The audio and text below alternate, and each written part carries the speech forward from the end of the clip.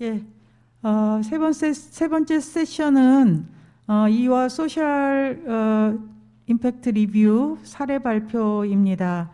사회를 맡은 겸임 교수 정선희이고요.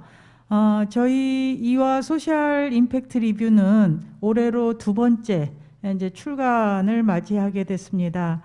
대학에서 사회적 임팩트 연구를 활성화하고 또 특히 이 현장 전문가들, 현장 활동하시는 분들에게 도움이 될 수 있는 사례를 발굴하고 또 소통함으로써 대학과 이 현장을 연결하는 하나의 또 중요한 장이 될 거라고 생각을 하고 있습니다.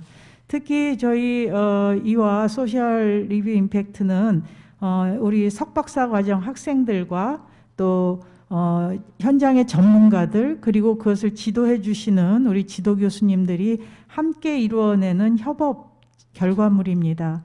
2019년도에 11월에 제1권이 출간이 됐고요. 이때도 31명의 석박사 학생들과 또 지도 교수님들과 현장의 전문가들이 참여를 한 바가 있습니다. 올해도 2회 두 번째의 어떤 리뷰에 대해서 발표를 하게 될 건데요. 저희 세 팀이 참여를 했고요. 그리고 여기에 현장 전문가와 또 지도 교수님들이 참여를 했습니다. 오늘 발표할 사례는 장애인 고용의 성공 사례로 알려져 있는 베어베터 그리고 장애인들과 또 경력단절 여성, 청년들이 함께 일하면서 포용적인 조직 문화를 만들어가고 있는 테스트웍스, 또 중간 지원 기관으로서 여성의 어떤 자립 생태계 기반을 위해서 노력하고 있는 여성이 만드는 일과 미래입니다. 그래서 여러분들 우리 열심히 준비해온 학생들을 응원해 주시기를 바라고요. 첫 번째로서는 베어베터 발표를 듣도록 하겠습니다. 여기에는 우리 학생들 석박사 학생들 배영미, 간기현, 조정화, 한경희 선생님들이 참여를 했고요. 지도 교수님들이 또 지도를 해 오셨습니다. 그래서 일단 발표를 듣도록 하겠습니다. 배영미 선생님. 네, 안녕하세요. 반갑습니다. 네, 저희 뒤에 보이는 베어베터 굉장히 세련되고 또 친숙하고 귀엽고 그런 이미지 저랑 비슷하지 않습니까? 네, 일단 웃어보시라고 말씀드렸고요. 제 2호 이화 사회적 경제 리뷰 이렇게 생겼습니다. 이 책에 저희 팀원들 간기현, 조정화, 한경희 이 선생님들하고 이 1년 동안 연구를 한 내용들이 아주 잘 기술되어 있으니까 꼭 읽어보시고 많은 깨달음과 교훈을 얻으시면 감사하겠습니다. 예, 베어베터의 뜻을 아시죠? 모르시나요? 네, 제가 발음은 별로 안 좋지만 한번 말씀드리면 Bear makes the world better. 예, 이거의 줄임말입니다. 예, 곰이 세상을 더 좋게 만든다.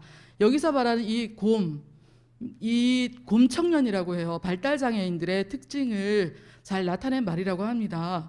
곰처럼 우직하고 성실하고 조금 속도는 느리지만 이 청년들이 일을 할 때 이 세상은 더 나아지는 아까 포용과 그리고 시민성을 획득하는 그러한 세상이 될 수 있다라는 기체 아래 2012년도에 만들었습니다. 저는 이진희 대표님 인터뷰를 하면서 죄송합니다. 잠깐 숨이 차네요.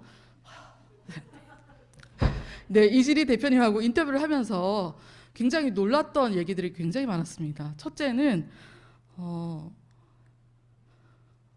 네, 여기 보면 장애인이 일을 잘 못한다는 것은 일을 준 사람의 잘못이다.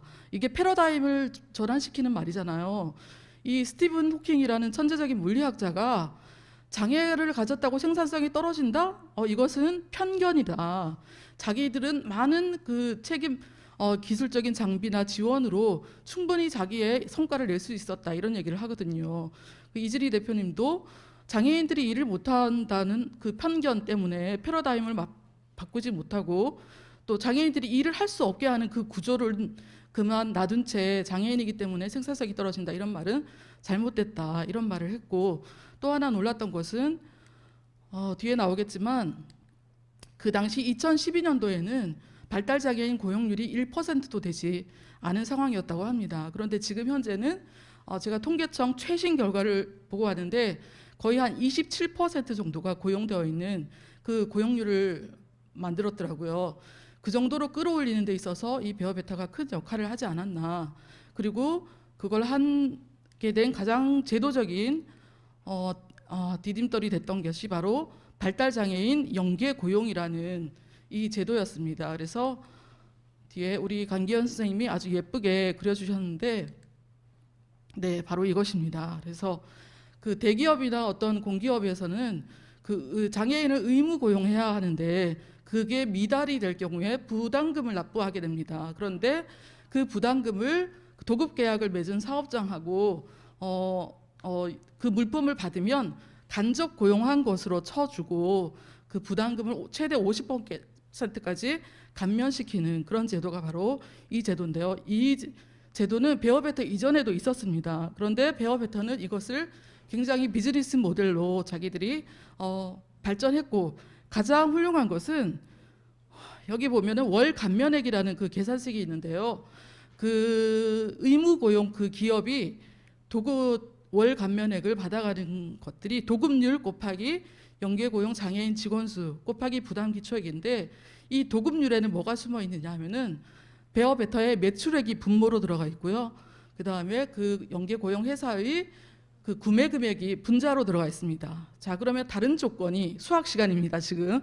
다른 조건이 일정할 때 베어 베터의 매출이 늘어나면 월 감면액은 줄어들까요? 늘어날까요? 네. 다들 똑똑하셔서 금방 답이 나올 것 같은데, 이 분모가 되는 베어 베터의 매출액이 늘어나면 전체적으로 월 감면액이 줄어드는 그러한 일이 발생하게 됩니다. 그러면 이 기업 입장에서는 자기들 감면액이 줄어드는데 이 연계 고용을 계속 해야 되느냐, 이런 질문이 생기게 됩니다. 이 문제를 해결하기 위해서 베어 베터에서 해결한 방법이 바로 매출이 이익이 제로가 될 때까지 고용하겠다, 이익 제로 고용이라는 그 정책이었습니다. 그래서 여기 곱하기 그 계산식을 보시면 아시겠지만 분모가 늘어나도 똑같은 감면액을 만들기 위해서는 발달장애 고용 그 직원 수를 늘리면 되는 거죠. 그렇게 해서 계속 발달장애인 매출이 늘어날 때마다 발달장애인 직원을 늘려갔다는 것, 그것이 바로 회사의 미션, 발달장애인을 고용하겠다는 그 회사의 미션하고도 일치되고 또 경제적 성과도 나타내고 연계 고용한 기업에서는 기업 이미지도 좋아지고, 그리고 나중에 또 감면받게 되기 때문에 다른 기업과 거래한 것보다 더 싸게 구입한 그런 결과를 오게 했다, 이런 굉장히 좋은 효과를 나타냈다는 거죠. 그럼 말로 들으면 굉장히 쉬울 것 같은데 기업을 경영하는 입장에서는 굉장히 어려운 일이라고 합니다. 사실 사람을 이익이 늘어나면 계속 이익에 매달리고 있고 싶지 사람을 고용하는 것은 별로 관심이 없어지게 되거든요. 그런데 이 베어 베터에서는 오로지 우리들의 회사를 설립한 목적은 발달장애인 고용, 발달장애인이 이 시민권을 얻고 자립적으로 살아가게 하기 위해서 우리 회사가 만들어졌기 때문에 그것을 이루게 하기 위해서 이 연계 고용 제도를 지금까지 밀어붙이고 있고 일을 해오고 있다는 것이 굉장히 훌륭한 점이다라고 볼 수가 있습니다. 네, 말씀을 드렸고요. 그래서 이 장애인 연계 고용 부담금 감면 제도를 활용하면서 매출 비례 고용 비즈니스 모델을 성공적으로 유지하고 있다는 것, 이것이 최초의 시도이자 혁신적 발상, 처음에 얘기했던 스티븐 호킹의 말처럼 또 이진희 대표님의 말처럼 그 패러다임을 바꾸는 그러한 일을 현재 진행하고 있다라고 볼 수가 있습니다. 네, 그리고 그 다음에 이분들의 어떤 창업의 능력, 그 다음에 기업가로서의 경영 능력이 또 훌륭했다. 그렇기 때문에 뭐 이렇게 성공할 수 있지 않았겠느냐, 이런 얘기들이 있는데, 저희들이 연구를 해봤더니 그렇게 훌륭한 경험이 있던 분들도 처음에 기업체에 가서 우리랑 거래해 주십시오 얘기했을 때 거의 PPT를 300건을 했는데 몇 건이 성사되었을까요? 여기 보면 10건이 성사되었다고 되어 있는데 다시 자료를 봤더니 6건이 성사되었다고 합니다. 그 정도로 이 진입 장벽이 높았다는 거죠. 그리고 그렇지만 이렇게 네트워크 능력이 있었지만 이 위기에 강한 이 대표들의 그 노하우와 또 능력 때문에 계속 고용을 할 수 있었고 지금까지 발전을 이룰 수 있었고, 아까 우리 1호 정희수 박사님이 얘기한 것처럼 개인 요소가 굉장히 중요하다고 했잖아요. 사회적 기업에 있어서 사회적 기업가의 이 능력이 굉장히 중요하구나라는 것을 다시 한번 알 수 있었고, 그렇기 때문에 제도적으로 사회적 기업가의 역량을 강화할 수 있는 그러한 프로그램이 더욱더 필요하다라는 것을 다시 한번 확인할 수 있었습니다.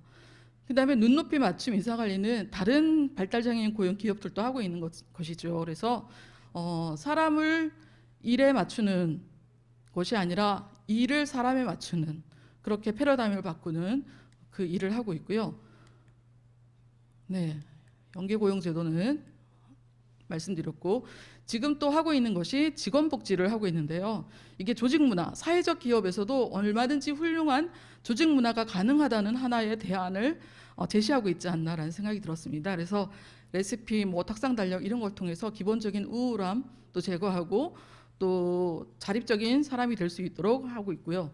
또 사업 다각화로 여러 가지 일들을 하고 있는데, 여기에서는 제도적으로 우리나라 자폐 기준이 너무 타이트하기 때문에 이 기준이 바뀌어야 사실은 다각화를 할 수 있지 않을까라는 과제를 안게 되었습니다. 또 하나는 지금 현재 컨설팅을 하고 있어요. 지역 확산, 이걸 하고 있는데, 그 일종의 컨설팅을 통해서 자기들의 어떤 이렇게 하면 수익이 난다 이런 것이 아니라 발달 장애인과 어떻게 하면 함께 갈 수 있는지 그 정보를 공유하는 그 일을 지금 하고 있어요. 이 대표님들은 자기들에게 오는 모든 기업은 모든 자료를 오픈해서 우리는 다 해줄 수 있다 이렇게 얘기를 하고 계시더라고요. 그래서 이게 어쨌든 영리 기업에서는 그런 어떤 공동 연구나 공동 투자, M&A 이런 것들이 굉장히 활발하게 일어나는데, 사회적 기업에서는 이것이 부족하잖아요. 그런데 이거의 한 모델을 배업에 대해서 자체적으로 하고 있지 않은가라는 생각이 들었습니다. 네, 그래서 코로나 시대의 사회적 경제는 어떤 일을 할 것인가.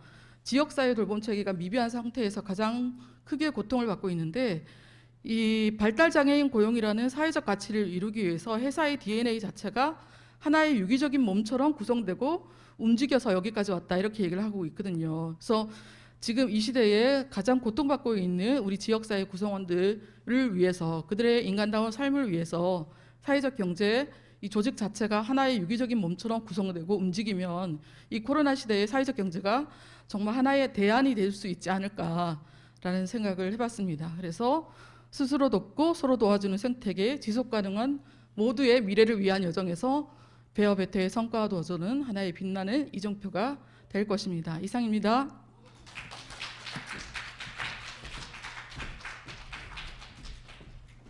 예, 발표 잘 들었습니다. 사실 발달장애인을 고용한다는 게 참 어려운 문제들이 많은데, 그거를 돌파할 수 있었던, 그래서 성공을 시킬 수 있었던 요인들이 뭔지를 잘 말씀해 주신 것 같습니다.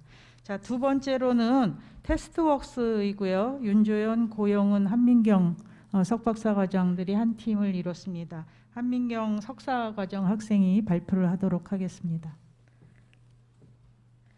네, 안녕하십니까. 이화 소설 임팩트 포럼 리뷰 새로운 가능성을 테스트하라.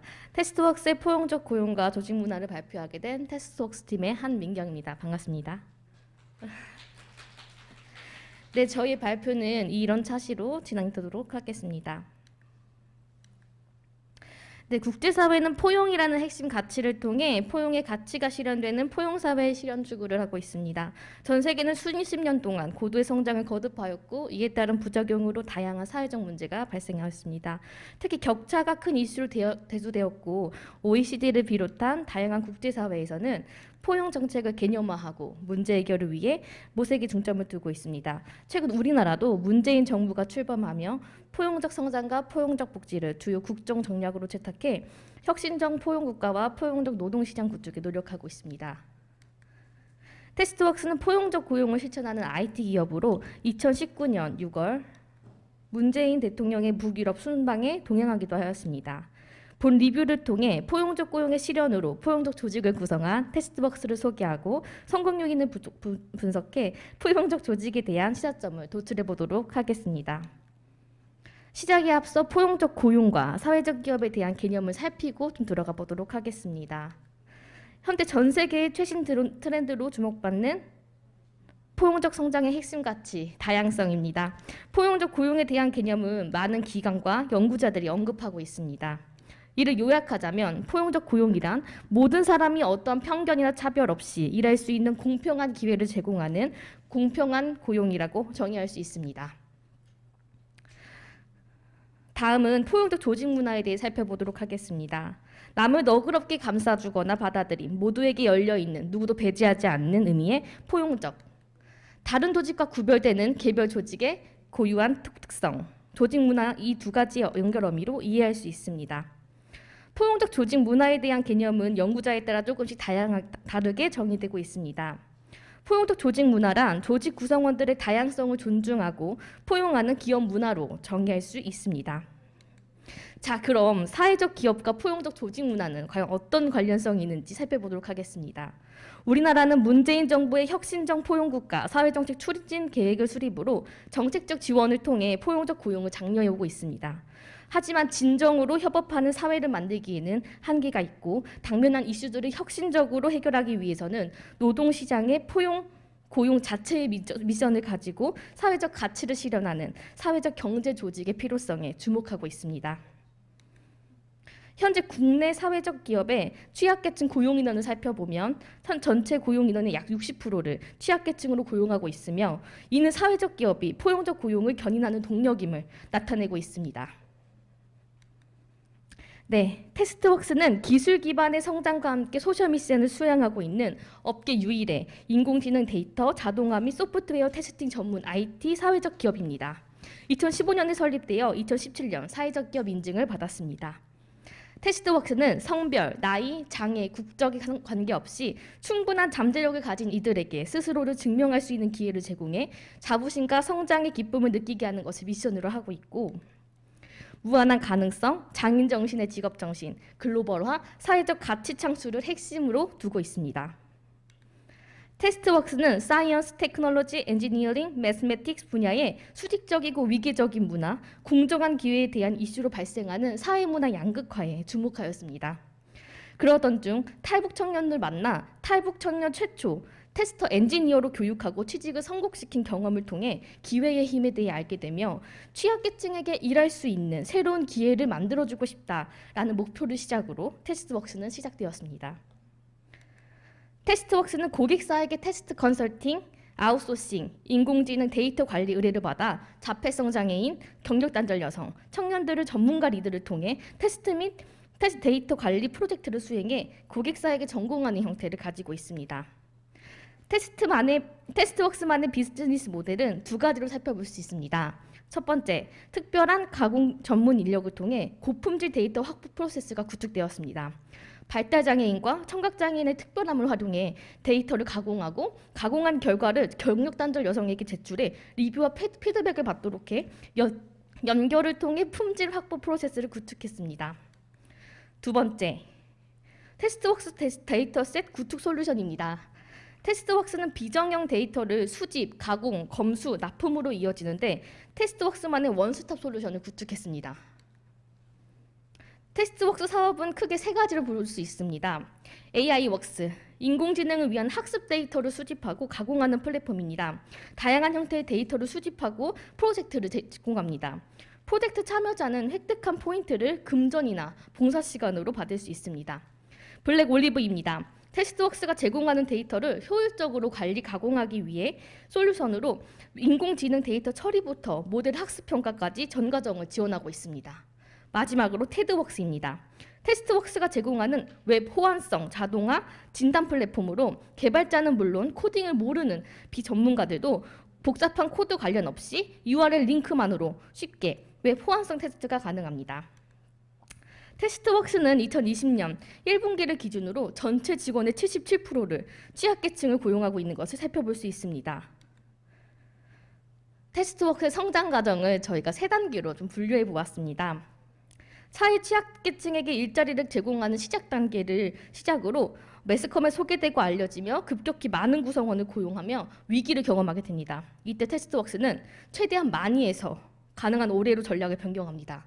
도약 단계에서는 자동과 수동의 패키지를 통해 장애인 작업에 대한 고객사의 편견에 대응하고 회사와 직원이 함께 성장하는 포용적 고용의 확대 단계로 도약하는 모습을 볼 수 있었습니다.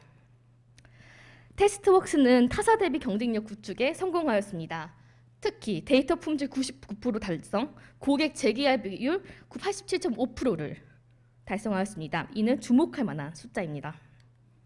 테스트웍스 재무 부분 역시 2019년 100억을 목표로 순항하는 성과를 보이고 있습니다. 사회적 성과 부분은 고용과 연관이 되어 있습니다. 앞에서 언급한 바와 같이 취약계층의 고용에 중점을 두고 운영되고 있습니다. 자, 그럼 포용적 고용을 실천하고 좋은 성과를 보이고 있는 테스트웍스의 성공 요인과 도전 과제를 살펴보도록 하겠습니다. 테스트웍스의 가장 큰 성공 요인으로 워크 프로세스 체인을 들 수 있습니다. 구성원의 특성에 맞게 고용의 프로세스를 설계하였는데요. 자세히 살펴보도록 하겠습니다. 첫 번째, 장애인 채용 프로세스입니다. 테스트웍스는 장애인 구성원을 대상으로 구축한 장애인 채용 프로세스를 통해 강점 기반 직무 설계 및 직무 역량 확보에 집중하였습니다. 모집 후 인터뷰, 기초 테스트뿐만 아니라 현장을 경험하는 맞춤형 실습 교육 과정까지 총체적으로 평가해 채용 여부를 결정하고 있습니다. 두 번째, 열린 진급 프로세스입니다.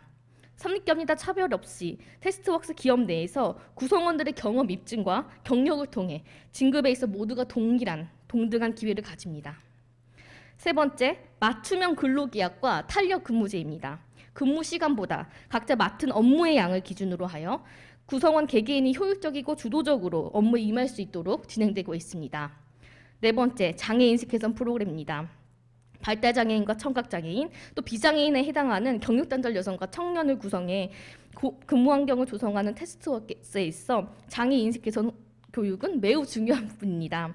테스트웍스에 진입하기 전 각 센터와 기관에게 교육을 이수하게 되고 진입한 후에도 장애인 인식 개선 교육이 진행되고 있는 모습을 볼 수 있습니다. 자, 또 다른 성공 요인입니다. 포용적 조직 문화에 대해 살펴보도록 하겠습니다. 다양성입니다. 테스트웍스의 경영진은 다르다는 것이 틀린 것이 아니다라는 인식을 기반으로 차별성, 잠재력에 집중하였습니다. 조직 구성원 인터뷰에서 다양한 구성원들과 함께 일하는 조직 환경으로 인해 습득하게 된 역량 그 자체가 자신의 재산이다라고 표현할 만큼 다름에 적응해 인식을 변화하고 그것을 개인의 삶으로 확장해 다양성을 포용하는 자세로 나아가는 걸 살펴볼 수 있었습니다. 테스트웍스에는 발달장애인 구성원과 테스트웍스 윤석원 대표님과의 인터뷰에서 서번트 리더십을 강조하는 모습을 볼 수 있었습니다. 정기적 간담회를 통해 공유하는 장을 만들고 서로를 이해하는 노력을 높여 테스트웍스 경영진이 단순히 인력을 고용하는 고용주가 아닌 파트너로서 역할을 할 수 있음을 볼 수 있었습니다. 테스트웍스에는 발달장애인 구성원과 소통하며 중간관리자 역할을 하는 잡코치 플랫폼이 있었습니다. 사회복지사 자격을 보유한 인력을 채용해 원활한 소통이 가능하도록 설계되어 있었습니다. 뿐만 아니라 외부 전문가와 지속적인 프로파일링, 주기적인 전문가 상담을 통해 포용적 조직 운영에 힘쓰고 있었습니다. 그럼 이런 테스트웍스에 어떤 도전 과제가 있을까요? 첫째, 사회적 기업이 경제적으로 언제까지 성공할 수 있는가? 비즈니스 모델을 세계로의 확장 글로벌합니다. 테스트웍스는 2015년 창업 이래로 고용 창출 3배, 매출 10배, 매출액은 50억, 2020년 11월에는 투자 라운드에서 50억 규모의 시리즈 B 투자 유치에 성공했습니다. 스케일업 단계에 있는 테스트웍스의 사례는 그간의 한국 사회적 기업의 성장 추이와 비교해 볼 때 대단히 급속한 성장을 이루고 있음을 확인할 수 있습니다. 이제 공간과 범위의 확장으로 나아갈 시기로서 글로벌화를 도전 과제로 뽑았습니다. 두 번째, 얼마나 많은 구성원을 얼마나 다양하게, 얼마나 지속적으로 확장할 수 있는가입니다. 또 한 번의 도약 단계에 놓인 테스트웍스의 취약계층을 고용을 확장하고 그들을 위한 직무를 개발하는 건 필수적 요소이며 아주 중요하게 작용한다고 볼 수 있습니다. 마지막 세 번째, 스케일업 단계에서의 구성원의 수를 급격한 증가로 인한 교육의 필요성입니다. 초창기 소수의 구성원으로 함께 조직을 이루었을 때는 유동적으로 진행되었음에도 교육이 분명 원활히 운영될 수 있었습니다. 하지만 인원이 늘어나고 스케일업 단계에 놓인 테스트웍스에게는 체계적인 교육 체계가 필요하다고 생각되었습니다.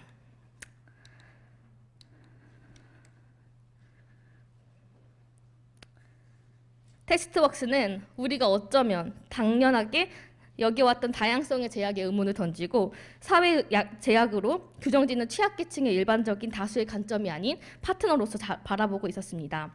사회에서 약점으로 받아들여지는 부분을 강점으로 주목하고 서로 다른 구성원들이 함께 모여 협력하며 포용되는 조직을 만들어가고 있었습니다. 방향성 없이 걸어가던 길에 테스트웍스가 부여한 새로운 기회는 사람들에게 이정표가 되어주고 있었습니다. 편견에 부딪혀 꿈을 제대로 펼쳐볼 기회를 만나지 못했던 이들이 테스트웍스에서 함께 본연의 빛을 발하고 가치를 창출하고 있습니다. 테스트웍스가 부여한 새로운 기회는 나아가야 할 길이 되었습니다. 고용시장에서 경험하는 좌절과 실패, 그리고 배제로 인해 고용을 만든 기회는 그들에게 새로운 시작과 가능성을 증명하고 있습니다. 앞으로 우리 사회에 있을 새로운 기회를 부여하는 조직들이 테스트웍스의 포용적 조직 문화를 토대로 구축한 시사점을 통해 많은 이들에게 자신의 가능성을 테스트하고 역량을 발휘할 수 있는 무대의 역할을 하길 기대해 봅니다. 이상으로 발표를 마치겠습니다. 감사합니다. 목소리가 너무 예뻐서 전문 아나운서의 나레이션을 듣는 것 같았어요. 하여튼 쏙쏙 들어왔습니다. 자, 다음에는 여성이 만드는 일과 미래인데 여기는 사회적 기업은 아니고 중간 지원 조직입니다. 우리 전혜원, 박윤세, 이정숙, 정지수 석박사 선생님들이 참여했고요. 발표는 이정숙 석사과정 선생님이 발표해 주시겠습니다. 네, 안녕하세요. 저는 사회적 경제 중간 지원 조직의 역할로 여성 자립 생태계를 형성하는 여성이 만드는 일과 미래 사례 발표를 맡은 사회적 경제 협동과정 석사 과정 중인 이정숙이라고 합니다. 2000년대 초부터 우리나라 한국 사회적 경제는 굉장히 이제 양적으로 많이 성장하게 됐습니다. 그러면서 이들이 그냥 양적으로 단순히 성장하는 것뿐만이 아니라 질적으로도 성장하고 이들이 지속 가능하게 계속 활동을 하는 것이 굉장히 중요해졌고, 이에 따라서 중간 지원 조직이 이러한 지속성과 또한 질적인 성장을 지원하는 역할로 많은 그런 역할들이 중요하게 여겨지고 있습니다.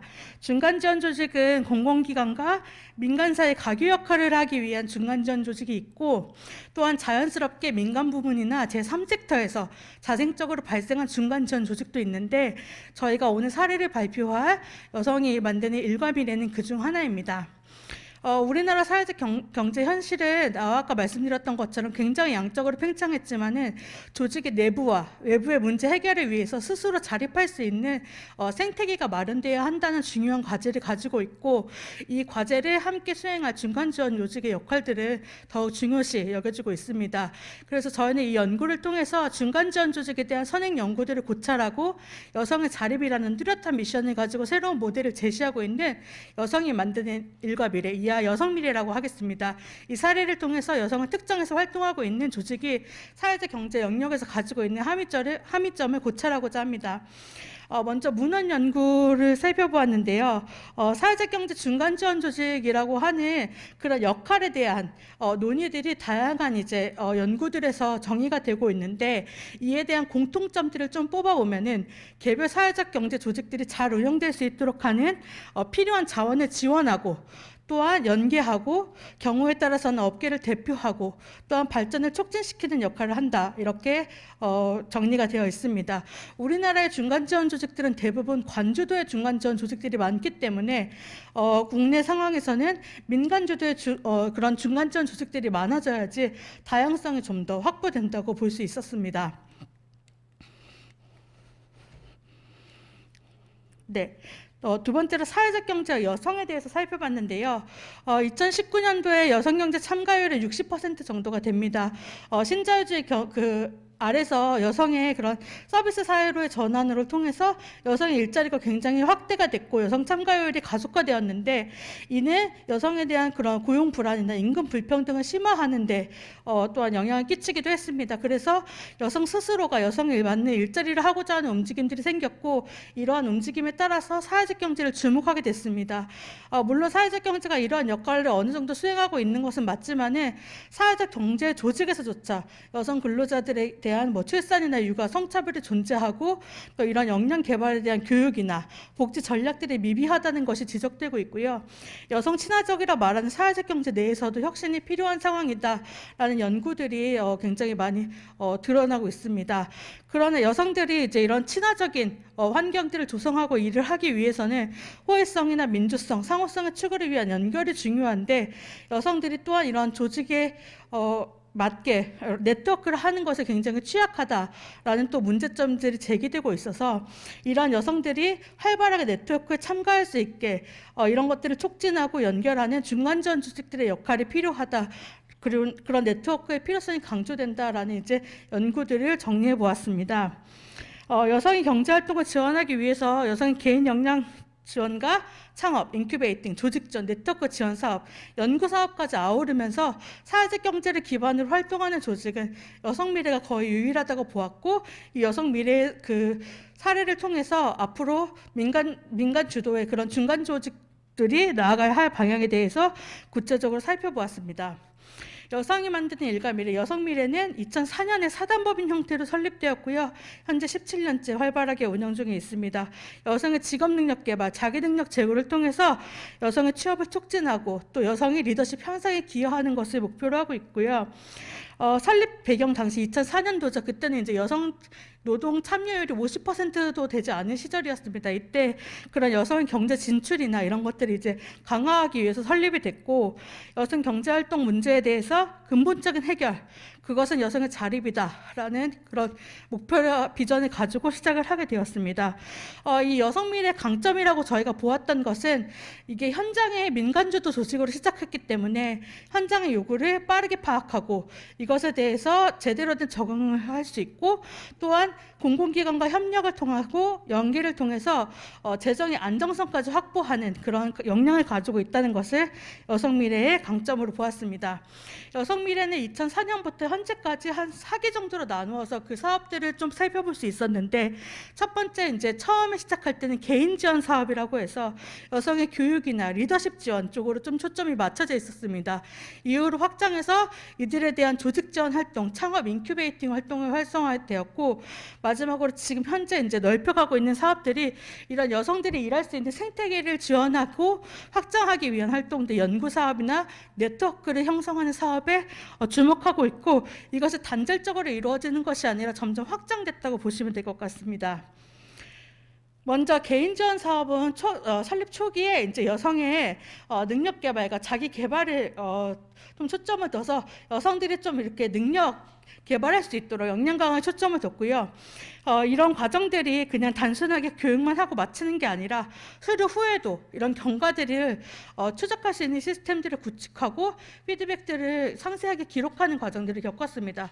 그러나 이게 교육 수료가 취업으로 연결되지 않고 뭔가 이제 양질의 일자리가 아닌 것으로 취업되는 그런 문제들을 가지고 교육들을 다양화하기 시작했고 여성미래 1호 사업단인 우리가 만드는 미래, 우리 미래를 설립하게 됐습니다. 그래서 고학년 여성들을 채용하고 역사 체험 교육 강사를 파견하고 의무적으로 지역아동센터에서 또 아이들 대상으로 이런 교육들을 진행하게 하는 사업단을 만들었고 2008년에는 이 우리 미래가 사회적 기업 인증을 받아서 지금까지도 지속적으로 활동을 하고 있고 지금은 다른 세대의 전공자들이 다른 교육을 이제 하고자 하는 욕구를 가질 만큼 독립적으로 성장하는 그런 성과를 거두었습니다.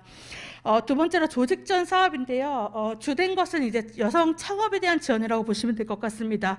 기존 노동시장이 남성 중심으로 형성되어 있기 때문에 진입 장벽이 높고 여성이 안정적으로 일을 하기 어려운 환경이기 때문에 이런 것들을 기회의 부족으로 보고 여성들이 창업을 통해서 충분하게 이런 기회들을 직접적으로 가져가고 또 리더가 될 수 있는 그런 과정들을 지원을 했고요. 본격적으로 이제 2014년부터 창업을 지원을 했고 2018년도까지 이제 89개의 창업팀을 지원했습니다. 그리고 이런 창업 관련 교육과 인큐베이팅에 대한 수요가 늘어나면서 독립적으로 사회적 협동조합 세일을 별도 조직으로 만들어서 창업 교육과 인큐베이팅을 전담할 수 있도록 분리하는 작업도 진행을 했습니다. 그리고 생태계 지원 사업은 크게 연구 사업과 그리고 네트워크 지원 사업으로 나뉘는데요. 연구 사업에서 좀 이렇게 볼만한 것이 연구를 그냥 연구로만 마치는 게 아니라 이런 연구를 현장에 그런 수요로부터 그런 연구 주제들을 뽑아내고 이것들을 연구를 사업으로 풀어내는 그런 과정들을 상세하게 했다는 것이 가장 좀 다른 연구들과 큰 차이점인데요. 이러한 연구는 여성 미래에게 있어서 생태계 조성을 위한 실험의 과정이었다라고 볼 수 있었습니다.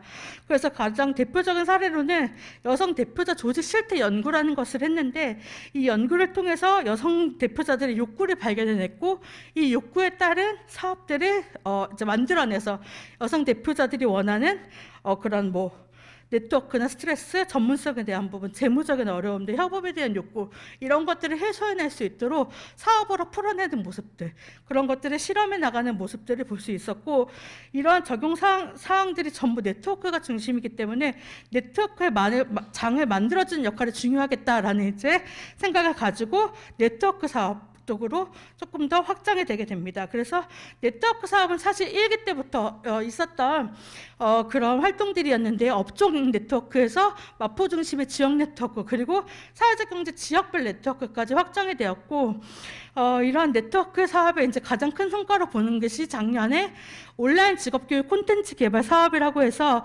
여성 미래가 인큐베이팅한 사회적 기업들, 여성 창업 조직들과 함께 여성 사회적 그 경제 교육하는 그런 같은 커리큘럼을 만들고 이것들을 그 창업 인큐베이팅 했던 그 이제 사회적 기업들이 자신들의 사례를 발표하고 영상 촬영도 여성미래에서 창업 인큐베이팅한 그런 기업에서 촬영하고 이런 같은 이제 협업으로 임팩트를 만들어내는 그런 성과들이 있었던 것을 볼 수 있습니다.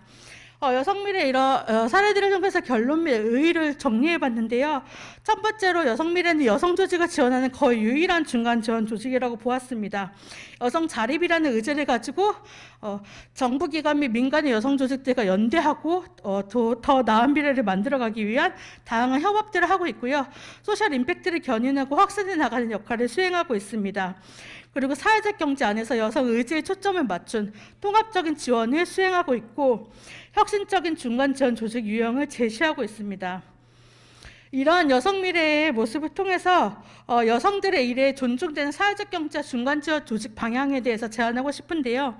첫 번째로 각 중간 지원 조직들이 담당한 영역의 특성을 반영해서 활동하고 역량 개발할 수 있는 정책 지원이 필요합니다. 중간 지원 조직 현황에 대해서 파악할 수 있는 자료의 축적 또한 필요하며 중간 지원 조직을 통한 전달책의 비효율성을 해결해야 합니다. 또한 우수한 인력이 중간 지원 조직에 배치될 수 있도록 해야 합니다. 이런 여성 미래가 사회적 경제와 만나서 긍정적인 임팩트를 창출하고 앞으로 지속 가능한 그런 사회적 경제 조직들이 많이 생겨날 수 있도록 앞으로의 그 여성 미래가 열심히 달려온 그런 길이 앞으로의 그런 활동에서 마중물이 될 수 있기를 기대하면서 발표를 마치겠습니다. 감사합니다.